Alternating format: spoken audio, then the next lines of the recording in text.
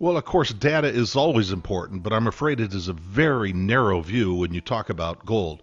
In other words, when people talk about the gold price being data dependent, they're talking about Fed decisions to come about tapering more or less in the coming months, but these are really of very slight significance compared to what the Fed has already done.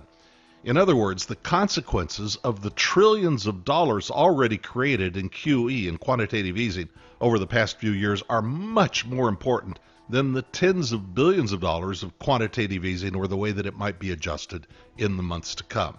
So the data is important, but there is much more to the gold price than just what the Fed is going to do over the next few weeks. And what it has done cannot be undone. Well, as I like to say, gold always sets up shop at the crossroads of history, and of course, war is one of those crossroads. War drives people out of currencies, especially currencies that have no value other than a government say so, and into safer havens. There are always winners or losers in war, and so people don't want to be stuck with the currencies of losing nations or losing sides that are weakened by the war. You know, we already have unconfirmed reports of Ukraine's central bank's gold holdings having been shipped out of the country in the middle of the night, its flight capital from the central bank.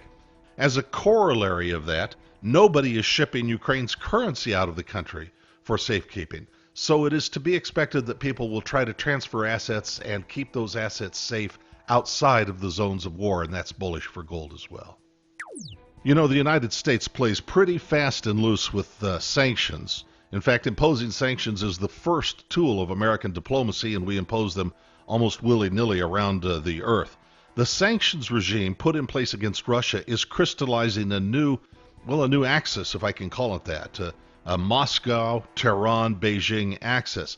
And this is actually one more nail in the coffin of the dollar's global reserve currency standard. It's amazing that the United States would do this to itself to drive people around the world away from the currency of the country, when in fact a good deal of the resiliency of our economy and the prosperity of the people can be attributed to our dollar reserve standard.